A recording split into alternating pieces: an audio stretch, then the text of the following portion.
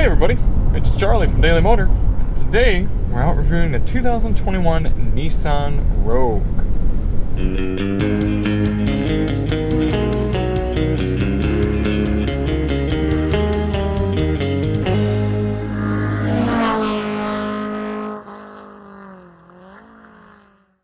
This car, well, it's popular. I feel very similarly about it to how I did the Nissan Altima. It's a fine car. I just wouldn't pick it. It's got a lot of okay things on paper. I'm just not a fan of the execution. There's too many little turnoffs to me that result in an unappealing package. The steering feels unsubstantial. It's very light, but in a disconnected sort of way. The shifter, well, it's easy to operate. It feels like a plastic toy. The lane keeping assist beeps at you every time you change lanes. Little things like that all add up, and it results in a product that I wouldn't want to own. And it's not necessarily that the Rogue is bad, it's just that there are so many other cars that are better.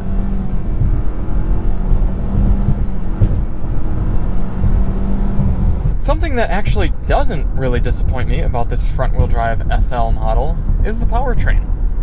It's a naturally aspirated 2.5 liter motor making 181 horsepower, and I didn't even check the horsepower ratings until right before shooting this review. Driving it around, it doesn't matter. I don't mind that it's a fairly low horsepower engine. It's perfectly fine for everything I've needed it to do throughout driving the vehicle. In fact, I kind of like how it sounds fairly under stressed. Doesn't mind when you get on it. Doesn't feel like you're really wringing it out too bad. I'm not a big fan of the artificial shifting in the CVT transmission. What the Rogue has going for it is exactly what the Altima had going for it. Everything's straightforward, it works, it's just a car. There's not really anything to get excited about in here. It doesn't drive particularly well, there isn't any fancy new technology, nothing is remarkably solid or crisp or luxurious feeling. But at the same time, nothing is horribly egregious either. It is nice having a big panoramic sunroof. One thing I do have to say that they seem to focus on pretty well with this redesigned Rogue is usability outside of the driver's seat. So you've got climate control for the back seats, as well as 2 USB ports back there, a USB-A and a USB-C. That's something you don't see very often in a compact crossover. You also have a good amount of storage in here. You've got the center console, you've got underneath down there for a purse or something like that. Very usable door pockets, you can fit big water bottles in there.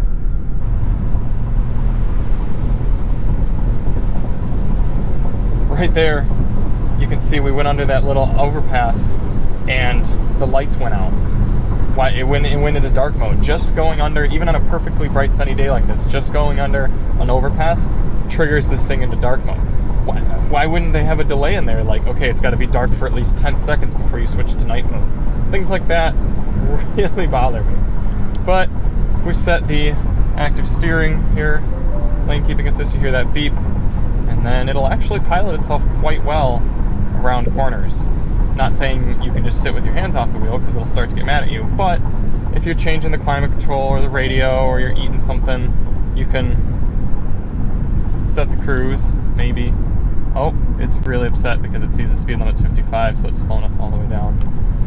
You can set the cruise and let it help keep you in the lane. At least the new Altima has some pretty cool stuff about it. It's got that variable compression ratio 2-liter turbocharged engine that, even though I'm not a big fan of it, it does provide a good amount of power and efficiency altogether. The Rogue, it's just not really anything that stands out to me. It's priced competitively to its compact crossover competitors. I'm not a big fan of the exterior styling. If anything, I think they took a lot of things from the previous generation Rogue and made them worse. But look, if you like the Rogue, if you like the looks, if you like Nissan, if you can get a good deal on one, there's nothing wrong with it. You'll be fine. It'll be fairly reliable. It's kind of bland but easy to drive. It's got a good amount of active safety, so I respect that. Easy to use.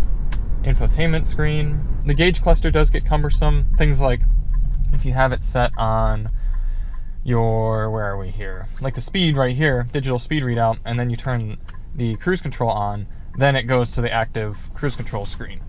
And it's like, well, that's not what I wanted. I wanted to be back, where were we? Way over here with my digital speed readout.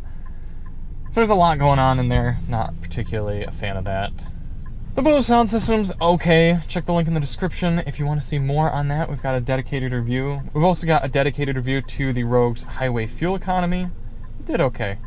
Let's take a little closer look at this shifter now that we're stopped. So you can see the whole thing moves. If you want to go into drive, you press the button on the side, pull back toward you, and you're in drive. If you want to go in reverse, press the button, push in the other way. In fact, do you even have to press the button? No, you can just... Alright, well, to go to drive, you don't have to press the button, but to go to reverse, you do. If you want neutral, you kind of just... You put it in the middle? Yeah, you put it in the middle, hold it for a sec. Park, tap the button. It's just a shame they didn't make it feel higher quality. It sort of wiggles back and forth, and this could have been a nice leather. They could have spent the extra few dollars to make this a nice leather feel. Instead, it's plastic, really. It's like a rubbery... It must be rubber, but doesn't feel inspiring. And you all know, I always say that everything you touch regularly should feel quality. Door handles, shifters, blinkers, light controls, things like that. I don't care if there's hard plastics up under here, which actually this feels pretty nice. So they put nicer feeling stuff where you don't need it and cheap stuff that you touch regularly. Other than that, looking around the interior, climate control works nicely. They got all these nice buttons, good volume knob, some nice fake wood grain there. I like that this is not a smooth piano black plastic, so it'll help it from looking all scratched up and dated.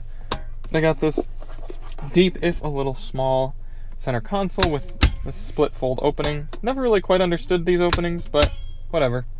I know it's so that one person can, in theory, keep their elbow laid down and the other person can get in, but I rarely find that to be a case.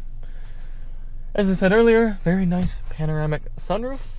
Overall, I like the color scheme in general. Kind of a darker brown and then a lighter brown. Some black accents. Looks nice.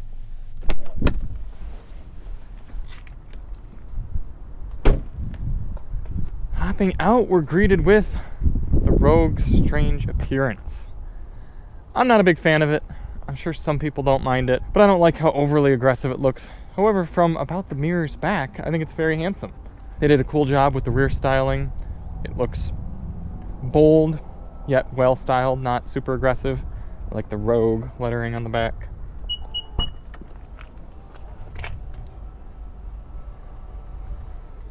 Very good rear cargo area here. The load height's very low. You gotta remember, a lot of buyers for this type of vehicle are shorter people. You've got some neat little storage areas. Up under here, you've got a little bit shallow of another storage area, and then if you take those out, you eventually get down to the compact spare tire.